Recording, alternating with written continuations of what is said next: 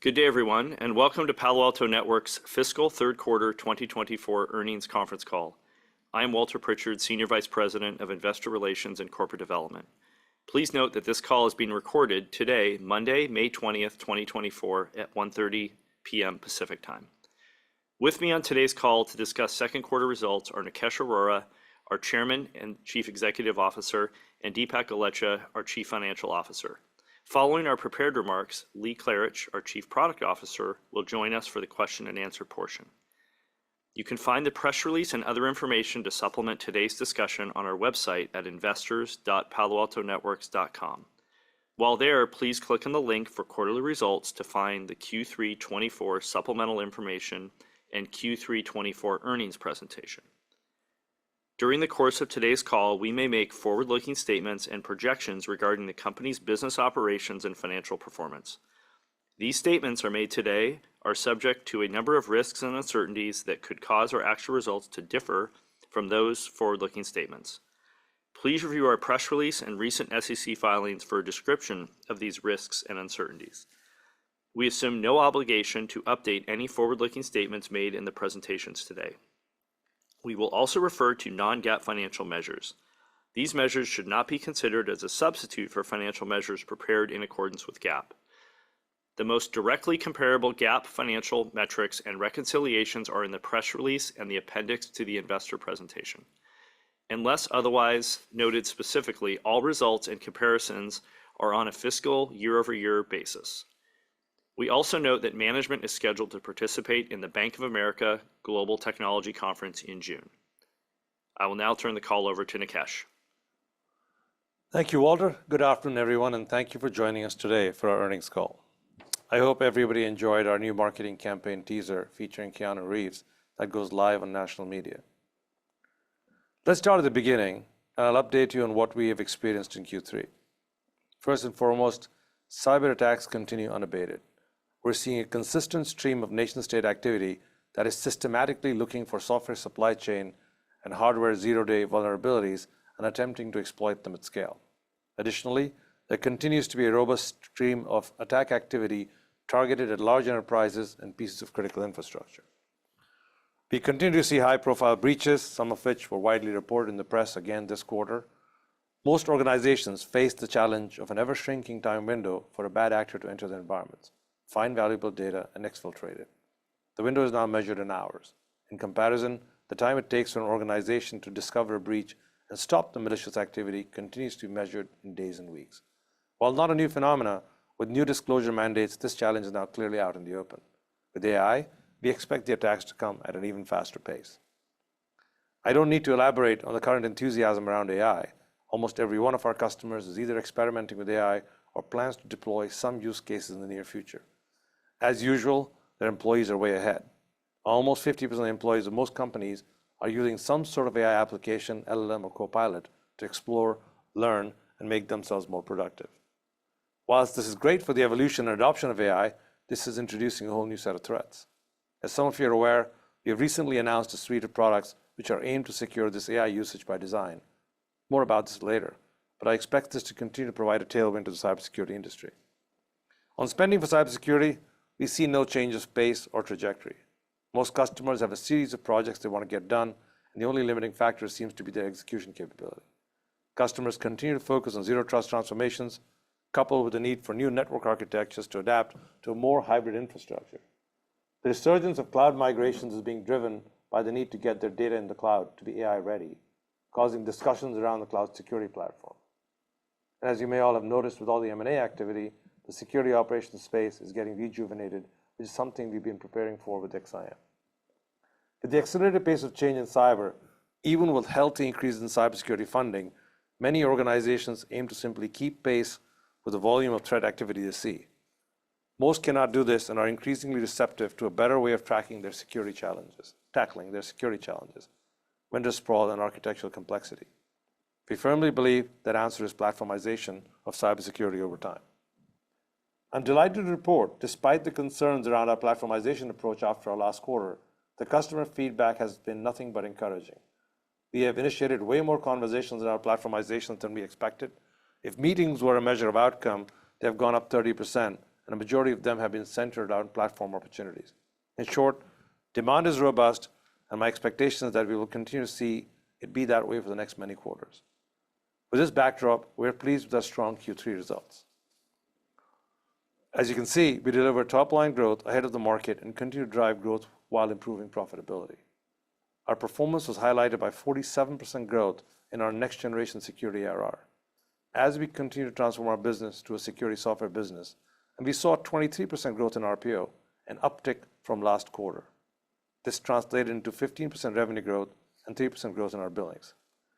As we have articulated earlier, we don't see the billing metric as a true indicator of business strength. It continues to be impacted by payment terms, where more and more customers prefer annual billing plans. However, if you impute implied bookings, you will note that we saw an uptick over that in the last two quarters. We actually ended up billing backlog this quarter.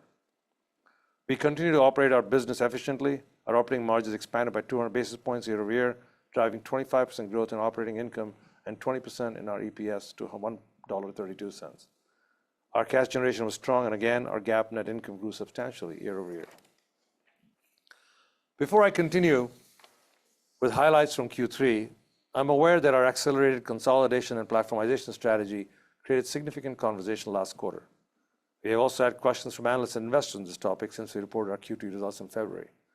I thought I'd share more background on how we got here to provide context and also offer a platformization framework for you to help understand why we're convinced that we can build a much larger business over the next several years, and platformization is key to achieving that.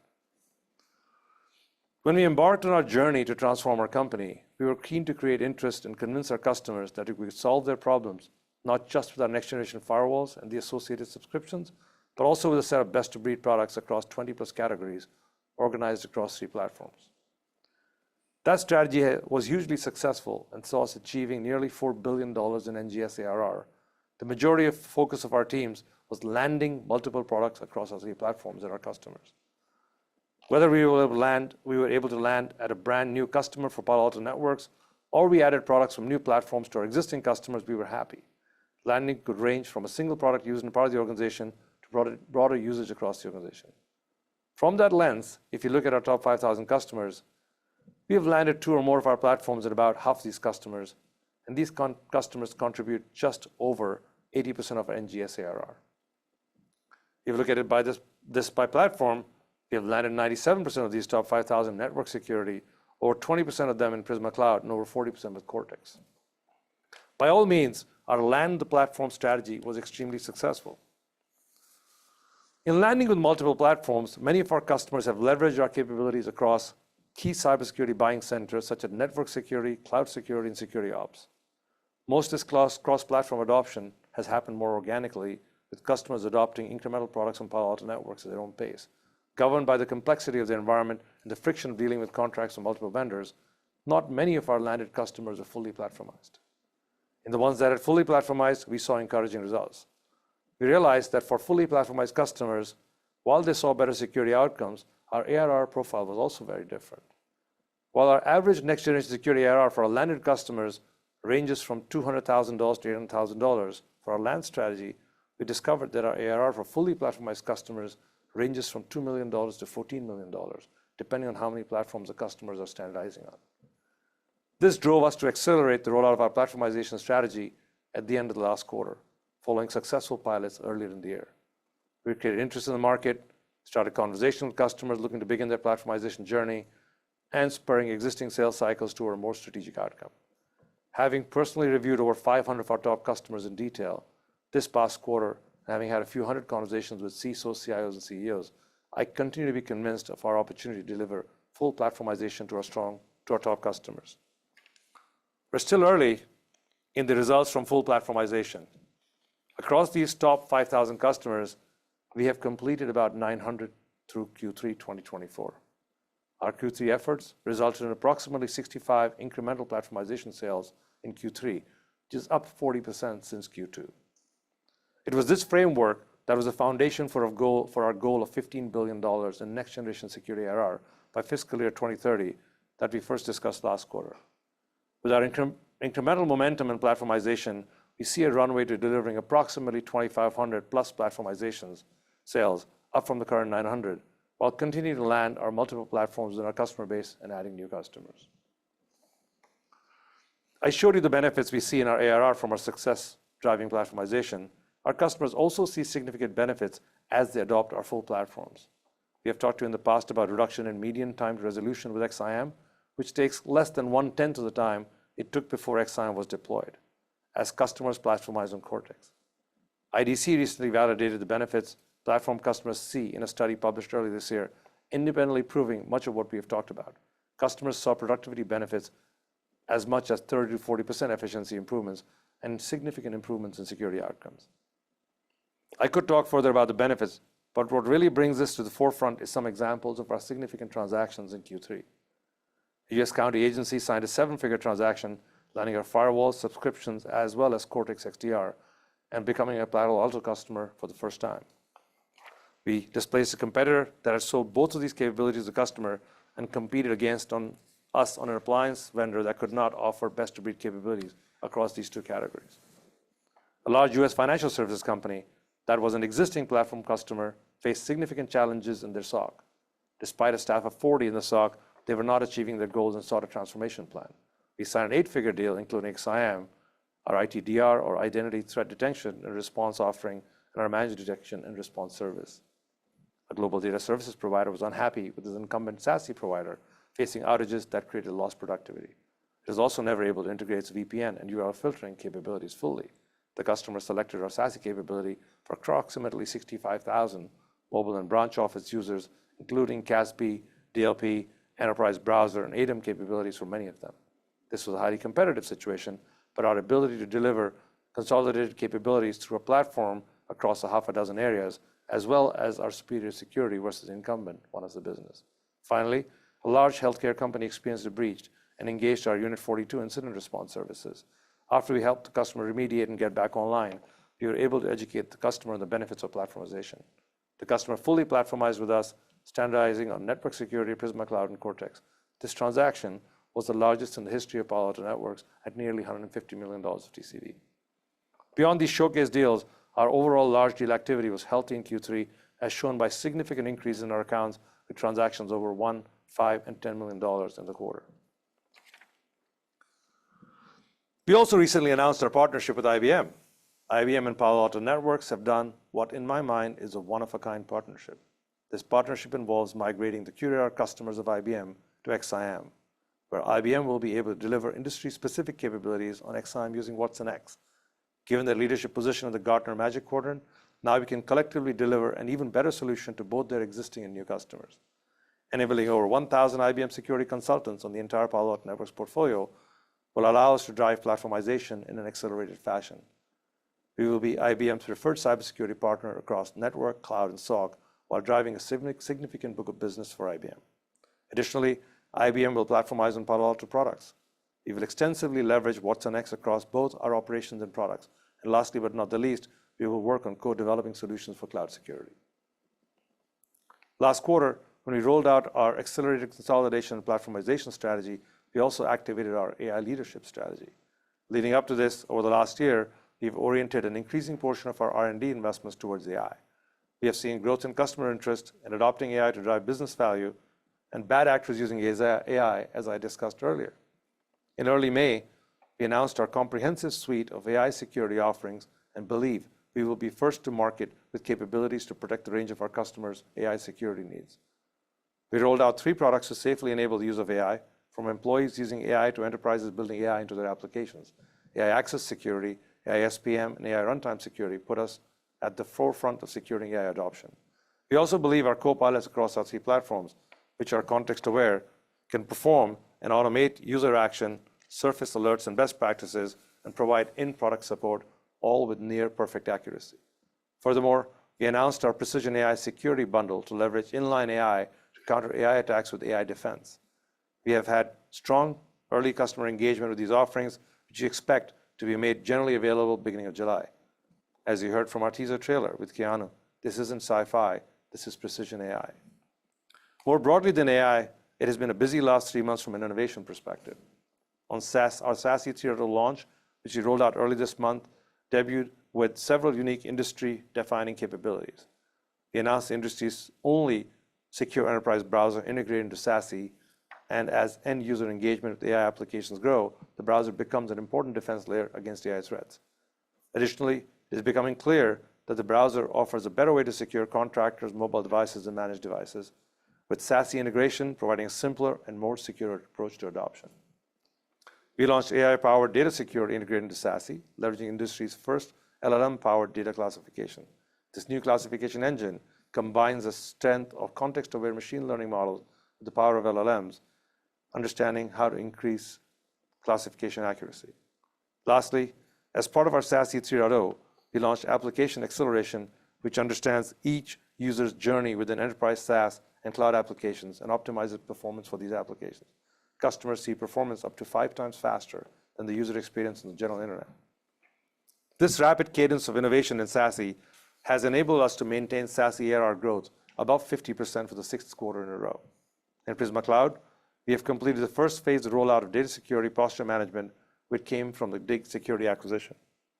We also added support for more than 100 new APIs across the major hyperscalers to stay ahead of our customers by securing the cloud services they adopt. Based on our Cortex Expanse technology, we launched Cloud Discovery and Exposure Management, leveraging our Expanse data natively in Prisma Cloud. Over 100 customers now use this capability to evaluate internet exposure risks and discover unknown internet exposed cloud assets. Also during Q3, we launched CDR, Cloud Detection and Response, which extends our XDR capability into the cloud and gives customers a unified view of their entire environment from cloud to endpoint and network. CDEM and CDR show the power of having both Cortex and Prisma Cloud platforms, as we can leverage these sophisticated capabilities to benefit cloud customers. Last but not least, on Cortex, we launched XSIAM about 18 months ago, and this offering has already elevated the profile of Cortex in the market. We see steady demand for XDR as the foundation of Cortex, where we are landing many new customers, and now we have north of 5,800 customers on XDR. With $400 million in cumulative XSIAM bookings coming out of Q3, this offering is really going mainstream with customers understanding the value proposition versus a traditional SIEM. XSIAM has accelerated our Cortex ARR growth, and we continue to see a strong pipeline of opportunities. We are converting our innovation into recognized leadership, adding 2 new positions this quarter. One was in managed detection and response, the other in data security posture management, leveraging our Dig acquisition and demonstrating our ability to acquire technology and rapidly integrate into our platforms. As many of you have undoubtedly seen, our rollout of platformization has stoked a long-standing debate within the cybersecurity industry about whether customers desire a platform or best-of-breed cybersecurity. From the Palo Alto Network's perspective, we've proven it is possible to deliver best-of-platform. This is why we have invested in building leading products, and we have now recognition for product leadership in 23 categories, while also delivering on the benefits of integration across our 3 platforms. To summarize, before I pass off to Deepak, please take away a few conclusions from my prepared remarks. 1, we put out strong Q3 results in a positive spending environment where cybersecurity priorities are well funded. Beyond the continuation of a challenging threat environment, new threat vectors from AI are starting to surface as the usage of AI grows. We've been pleased with the initial traction of our accelerated consolidation platform strategy. This drove an increase in bookings with deferred payments and impacted our billings, something we expect will continue. We had a big quarter of innovation, especially as it relates to AI, where we strive to lead the industry in securing this powerful productivity medium while also doing so comprehensively. As we look forward, we have significant pipeline heading into our largest quarter of the year. We're just beginning to see the benefits of platformization accrue to our business. We will continue to make further investments here while balancing delivering profitable growth and have charted a path with conviction towards being a $15 billion NGS ARR company. With that, let me pass you on to Deepak. Thank you, Nikesh, and good afternoon, everyone. To maximize our time spent on Q&A, I will provide highlights, and you can review results available in our press release and the supplemental financial information on our website. Within our revenue of $1.98 billion, product revenue grew 1%, while total service revenue grew 20%. Within services revenue, subscription revenue grew 25%, and support revenue grew 11%. Moving on to geographies, we saw revenue growth across all theaters, with the Americas growing 15%, EMEA up 20%, and JAPAC growing 8%. This quarter, our lower JAPAC revenue growth was driven by lower product bookings in the region, offset by higher subscription bookings, which benefit revenue over time. We reported Q3 billings within the range we guided, although as Nikesh and I have noted several times in the past few quarters, we continue to focus less on this metric. We saw an increase quarter over quarter in business transacted with deferred billings, which was also higher than we forecasted. The impact on our financials from platformization this quarter was in line with what we expected 90 days ago, and our expectations around the impact in Q4 and beyond is unchanged from what we talked about in February. First, we saw a greater volume of large deals, with some of these customers opting for deferred payments over the term of their purchase instead of paying upfront as they grapple with the higher cost of money. This drove the quarter-to-quarter increase in periodic billing plans that I noted. Also, this level of periodic billings was higher than we forecasted 90 days ago. We also saw an uptake in the array of our platformization programs we launched early in the quarter. These programs continue to ramp up as we roll them out broadly. Within our RPO of $11.3 billion, our current RPO was $5.4 billion. Our average duration of new contracts increased slightly year over year, but remained at approximately 3 years. On our balance sheet, you will see that our debt balance came down by $659 million. The driver for this was early conversion, which occurred at the option of the debt holders and was settled by us in cash. Our remaining debt matures in June 2025, although we may continue to see early conversions. During Q3, we spent $500 million to repurchase 1.7 million shares of our common stock. Our buyback strategy remains opportunistic. I know that billings has been a significant focus for investors. As you're all aware, remaining performance obligation, or RPO, captures the full value of our contracts independent of customer billing terms. As we have explained to you over the last year, with an increase in factors impacting payment terms on a quarterly basis, there's been significant volatility in our billings. With this volatility in mind, we've been increasingly focused on driving high-quality bookings, which add to RPO and maximize our NGS ARR in contracts. Focuses on these metrics provides a more relevant view of the business. If we look at the history of these metrics for our company, you see that NGS ARR has consistently grown ahead of our other metrics, and as it continues to contribute a higher proportion of our revenue. You also see the correlation between RPO and total services revenue growth is high. Our RPO is mainly comprised of contracts for our offerings that carry ratable revenue, which are recognized through our total services revenue. Billings, on the other hand, is significantly influenced by the invoicing terms on contracts signed, which adds significant volatility. In Q3, we saw RPO growth tick up, along with strength in NGS ARR, including us raising our guidance here. This is in contrast to billing trends, which went the other direction, thereby showing the divergent trends in action are through Q3 results. Nikesh talked briefly about our first-of-a-kind IBM partnership that has multiple facets that touch each of our platforms and includes significant devotion of resources from both companies. I'd like to provide more details on the financial impact we expect to see. As part of the partnership, we have agreed to acquire IBM's QRadar SaaS assets, certain QRadar intellectual property, and IBM's on-premise QRadar customer list. The total consideration is $500 million, plus earn-out consideration based on successfully migrating QRadar on-premise customers to our XIM offering over the next several years. We anticipate closing the transaction by the end of September 2024, subject to regulatory approvals and other customary closing conditions. The calendar year 2023 QRadar SaaS revenue was on the order of $100 million. However, as we work through details of the customer contracts we are acquiring and the deferred revenue associated with this business, we expect our recognized revenue could be much lower than this in our fiscal year 2025.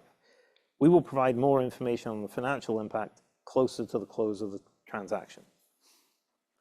We will invest to fuel this partnership and ensure a seamless experience for QRadar customers purchasing and migrating to XIM. As part of the partnership, we have entered into an agreement with IBM whereby they will operate parts of the business on our behalf on a medium-term basis. We expect we can make these investments within the profitability framework we spoke of previously. Specifically, we continue to expect 28 to 29% non-GAAP operating margin in fiscal year 2026, and 37% or greater free cash flow margin through fiscal year 2026. Before I provide Q4 guidance, I wanted to remind you of what we talked last quarter when we introduced platformization and discussed the top-line headwinds we expected it would have. We continue to expect platformization-related drivers, both larger deals with associated cost of money impacts and acceleration in platformization programs, will impact our billings over a total of a 12 to 18-month period. Consistent with what we noted in February, we expect that this will persist through fiscal year 25 as we anniversary the rollout of these programs, and resulting in lower billings and, to a lesser degree, revenue. Beyond this period, we expect to grow faster than we discussed in August and sustain this growth for longer. Now, moving on to our guidance for Q4 and the year. For the fourth quarter of 2024, we expect billings to be in the range of $3.43 to $3.48 billion, an increase of 9 to 10%. We expect revenue to be in the range of $2.15 to $2.17 billion, an increase of 10 to 11%. We expect non-GAAP EPS to be in the range of $1.40 to $1.42 a share, a decrease of 1 to 3%. For the fiscal year 24, we expect billings to be in the range of $10.13 to $10.18 billion, an increase of 10 to 11%. We expect NGS ARR to be in the range of $4.05 to $4.10 billion, an increase of 37 to 39%. We expect revenue to be in the range of $7.99 to $8.01 billion, an increase of 16%. For fiscal 24, we expect operating margins to be in the range of 26.8 to 27.0%, an increase of 270 to 290 basis points year over year. We expect our non-GAAP EPS to be in the range of $5.56 to $5.58 per share, an increase of 25 to 26%. And we expect adjusted free cash flow margin to be 38.5 to 39%. In the interest of time and to get as many of your questions as possible, we've included the modeling points in the appendix of our earnings presentation. With that, I will turn the call back over to Walter for the Q&A portion.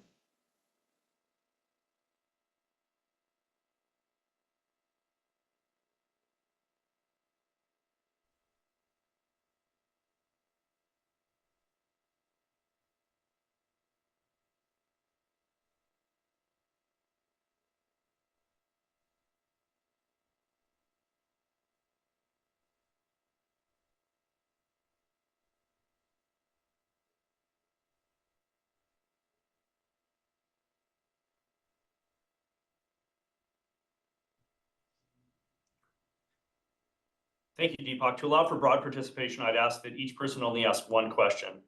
The first question will be from Brian Essex at JP Morgan, followed by Brad Zelnick at Deutsche Bank. Go ahead, Brian.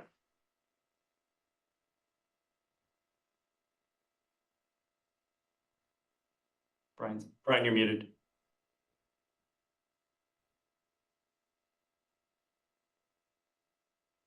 Brian, you're muted.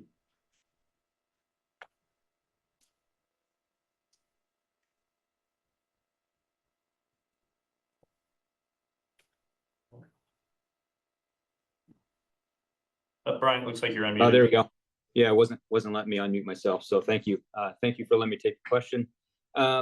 Yeah, I guess for Deepak, as we look at your efforts of, incentivizing platform consolidation or platformization, I mean, obviously you've talked about the pressure on the last 2 quarters of this year. Can you maybe help me understand the duration that you anticipate pursuing these efforts? Is this going to be a more temporary type of effort where it kind of just lasts through this fiscal year, or do you expect it to stretch into next year? Thank you.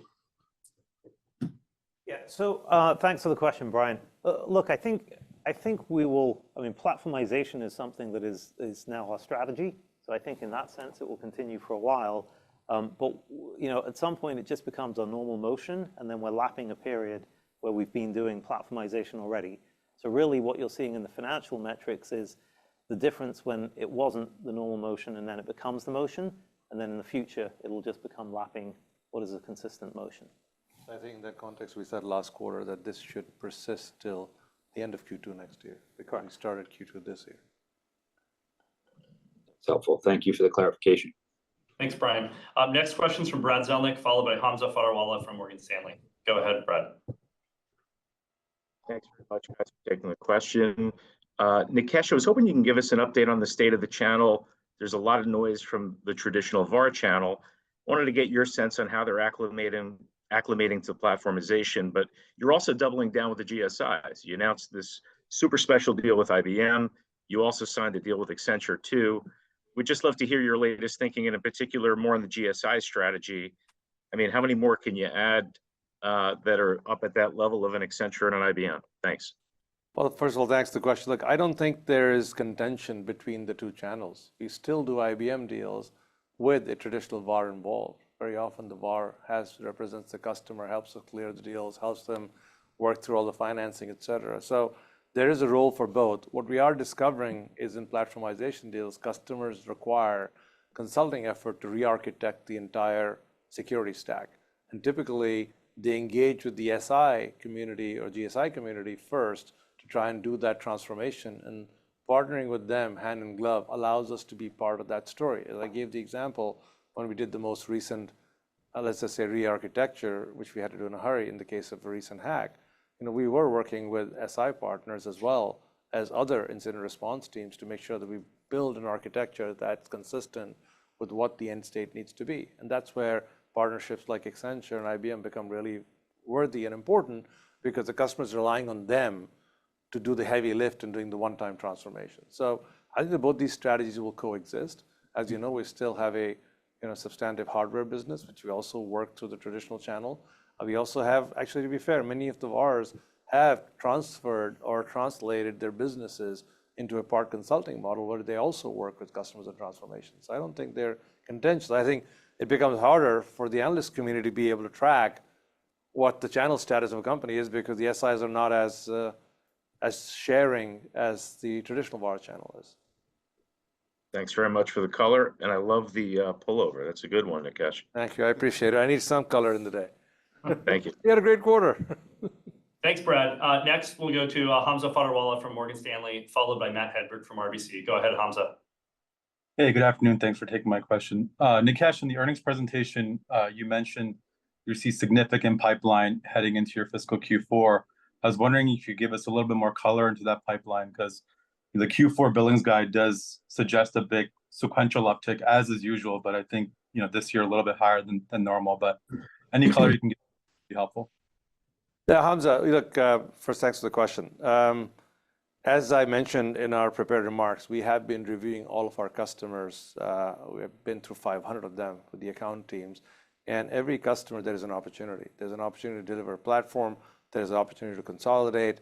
And just that gives us hope and sort of some degree of conviction that there's a lot of business to be converted out there. It's really limited by the customer's speed and desire to execute or the resources to execute. So we have a robust pipeline across most of our platforms to see. The question is, can we go out and convert it as quickly as we need to? And that's what we're guiding to. Thank you. Great. Thanks, Hamza. Next question's from Matt Hedberg, followed by Tal Liani from Bank of America. Go ahead, Matt. Thanks, Walter. Yeah, and Nikesh, I think we are on the same wavelength there on the color. Good choice. I wanted to ask about the federal side. Last quarter you mentioned Thunderdome. Any update on that transaction, and just kind of how we're thinking about federal into 3Q, or excuse me, your 4Q? Yeah, that's a great question. Look, the Thunderdome contract got activated last quarter because of the sort of the zero-day vulnerability we found in certain VPNs out of the market. So they wanted to quickly replace some of the VPNs because they were required to replace them in the classified agencies or non-classified agencies. So we saw some activity around Thunderdome. That contract was activated where people used that contract that we have with DISA to be able to execute some transactions.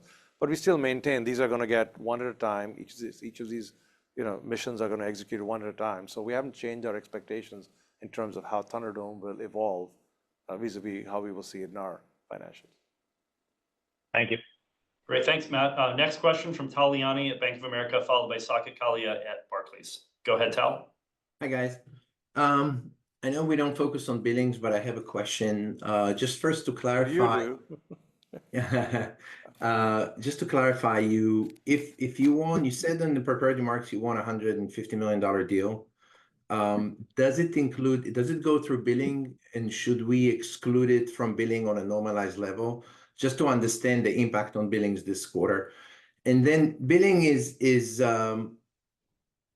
going to recover because I'm going to ask it, not say it, but what's the path for recovery for billing? If investors are looking at it and you look out into the next year or 2 years, what's the path for recovery of billings growth?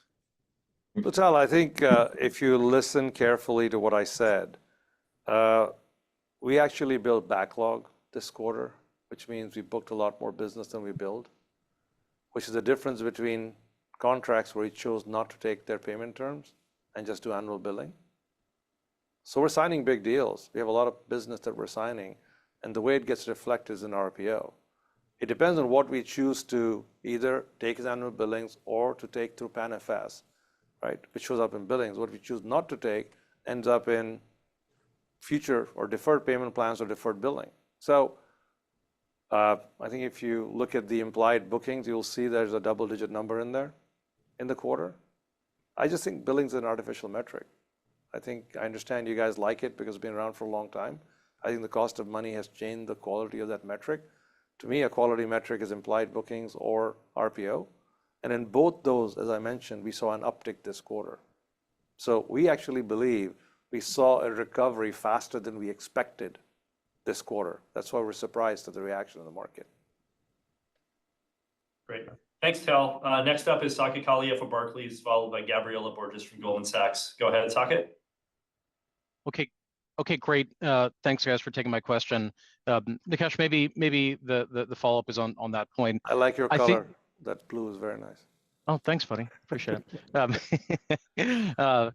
So just to that point, it was great to see RPO bookings, I think, actually accelerated year over year in this quarter, right? So, last quarter, I think we talked about more flexibility for customers with platformization, right? Just consolidating and creating some of those ramp contracts. How much did that sort of play into the difference between bookings and billings? Well, remember, the acceleration, the RAM contracts really impact us in the way that we have higher exit ARRs on many of our newer contracts, right? So the year one ARR may be lower than the year three ARR for a contract. But that is not visible to you yet in the numbers because there's no way to represent that, right? The only way you'll see it a consolidated TCV deal, which is going to show up in RPO. So the RAM contracts show up as a total wholesome in the RPO number, and you're seeing an uptick in the RPO number, which tells you that business is stronger this quarter than we expected it to be.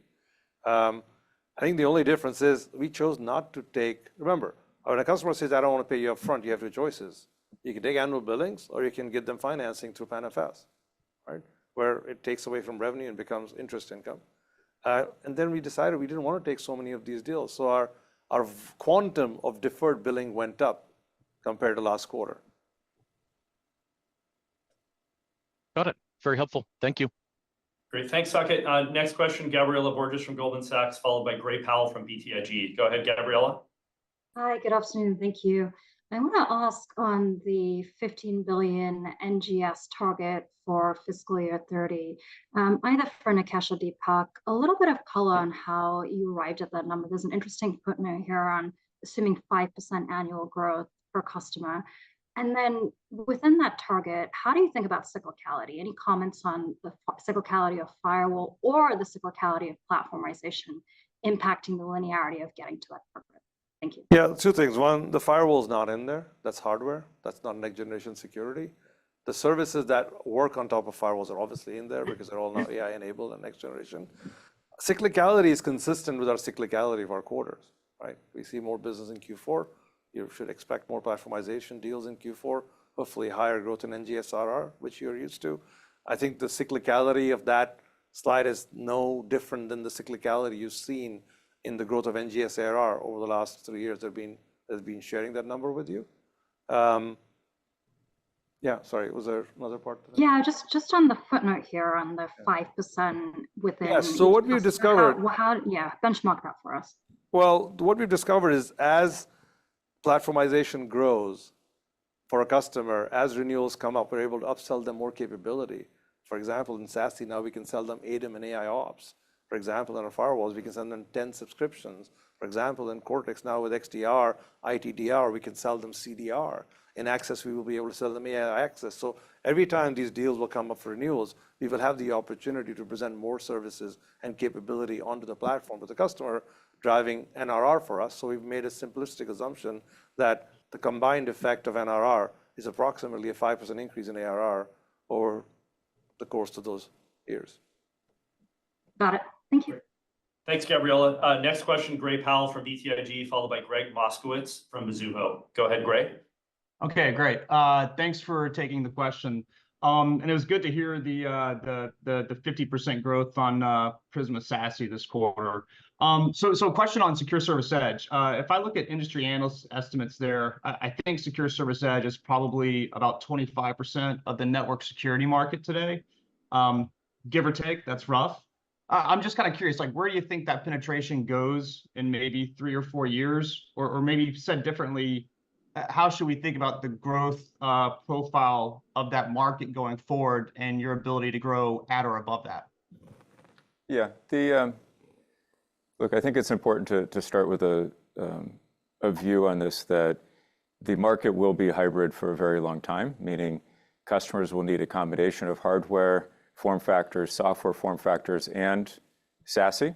And the reason for that is, campuses still exist and hardware is still the fastest approach to this, and public and private cloud software-based approaches are the best. SASE comes in with all of the remote users and branch offices. And so that hybrid nature, from our perspective, means that the customers will increasingly choose to go with a platform-based approach where they can shift traffic across those different form factors as is optimized for that form factor. And so, some of the SASE growth that you've seen, and you've seen it with us, where 50% growth with SASE over the last several quarters, is showing that portion of the architecture is going to grow faster for some time, and then ultimately see this come into the total growth of the platform being what really matters. And then on top of that, we can deliver the security services, such as the newly announced AI Access Security, across all of those form factors. Okay, thank you. Thanks for the question, Greg. Next up, Greg Moskowitz from Mizuho, followed by Fatima Boolani from Citi. Go ahead, Greg. Okay, thanks, Walter. Thanks for taking the question. Nikesh, in order to reach your fiscal 30 goals, it looks like you'll need to sign an average, give or take, of around 75 new platformization deals per quarter, a little higher than what you just did in Q3. But if we're in the early days of this strategy, and if you're just now building your go-to-market muscle around this, why shouldn't new platformization customers be a lot higher than that on a multi-year basis? Thanks. Look, we told you last quarter we're going to do platformization. I have to say, I have to commend our team. We spent a lot of time over the last 90 days working hard on analyzing all this data to make sure we could give you a framework so you can look at it and measure us over the next few quarters as we show you the benefits of platformization. So that's one part. The other part is, look, it's positively surprised. A good thing that we've got 60 plus deals done in this quarter. We'll see what happens in Q4. We've just started going down this journey. And of course, if prospects get better, we'll be happy to update our targets in the future. But for now, that seems like a robust goal that will still make us the first company in the history of cybersecurity to ever get anywhere close to that kind of aspiration and number. Thank you.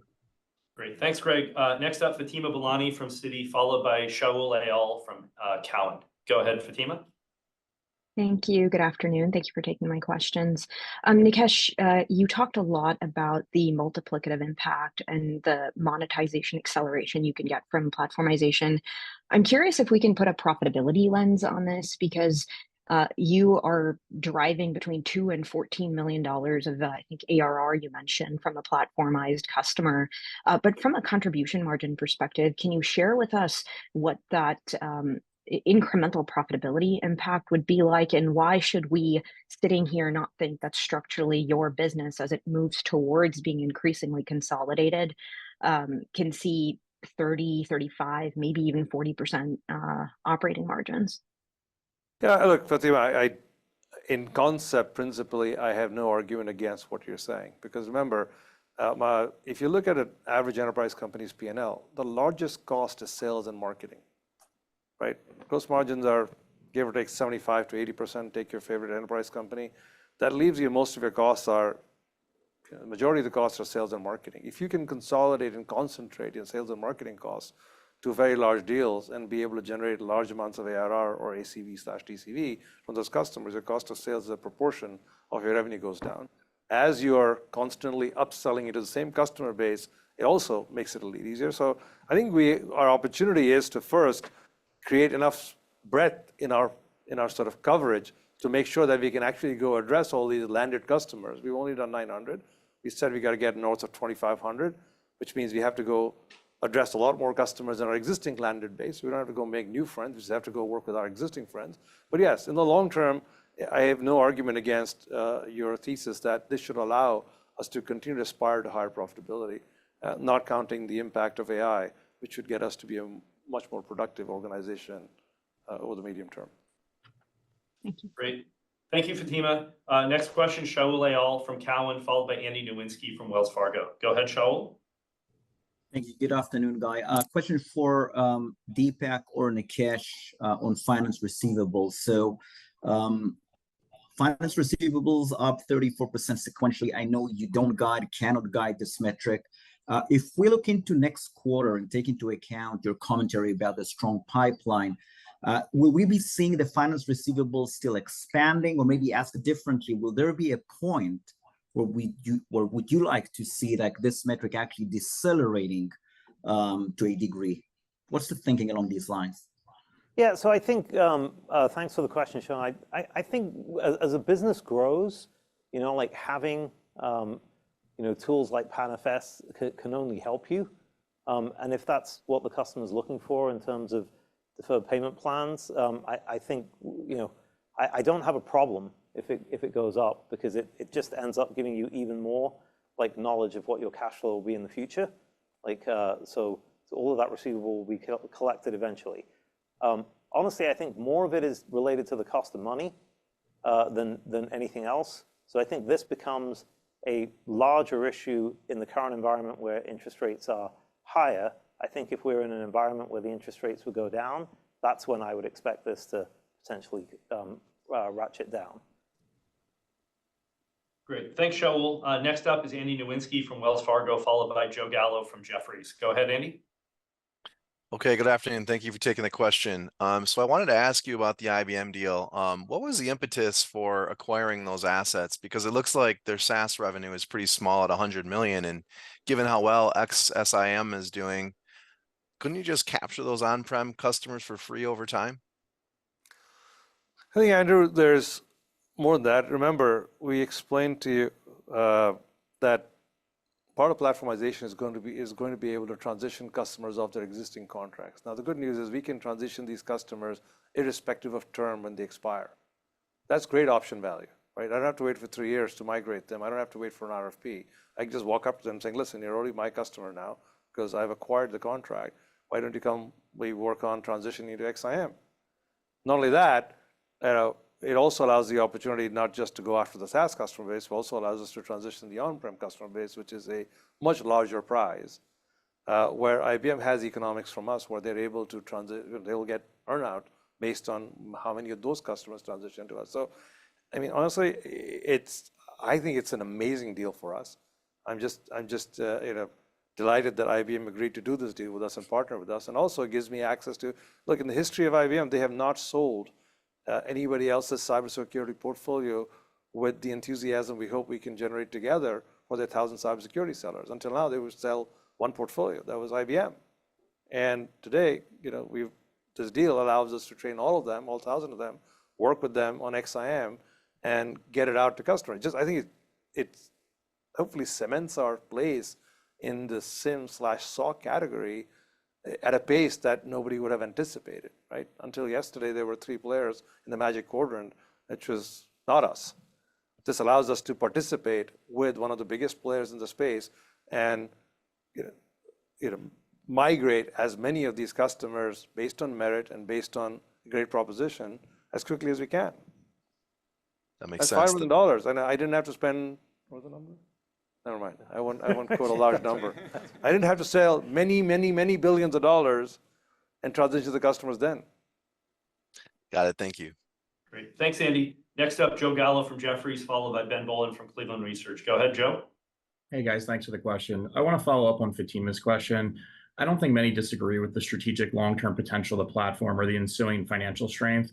But when you look at fiscal 25 specifically and free cash flow being 37% plus margin there, how should we think about the visibility or durability of that free cash flow margin, given what's impacting you now with deferred payment terms, discounting, fatigue, hardware digestion should in theory impact you for a couple quarters next year? Thanks. First of all, do not introduce the word fatigue in our conference call. Secondly,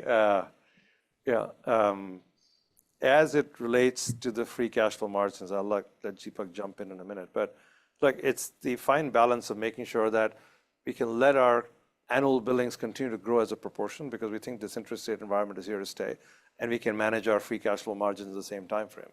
Now, the good news is because of nicely increasing profitability, that allows us to have the capability to let our annual billings continue to get bigger and bigger, because eventually that's what gets you. Take the extreme example on the other side. The other side extreme example is a SaaS company with annual billings, which can go back to the same degree of free cash flow margins that they have. So our opportunity is to see if we can migrate our customers to more and more annualized billings and continue to maintain the margins without creating a kink in there. And that's what Deepak is very focused on. I don't know if there was something you want to add to that, Deepak. No, the only thing that I would add is look, the more that you do deferred payments now, the more you actually understand your waterfall of what will come afterwards. So as long as the shift doesn't happen all at once and it's a gradual shift that you're managing, it actually gives you even more certainty than less certainty in your ability to deliver. So, happy to talk offline about how we see that and why we believe that, but I think the data doesn't lie there. Thank you.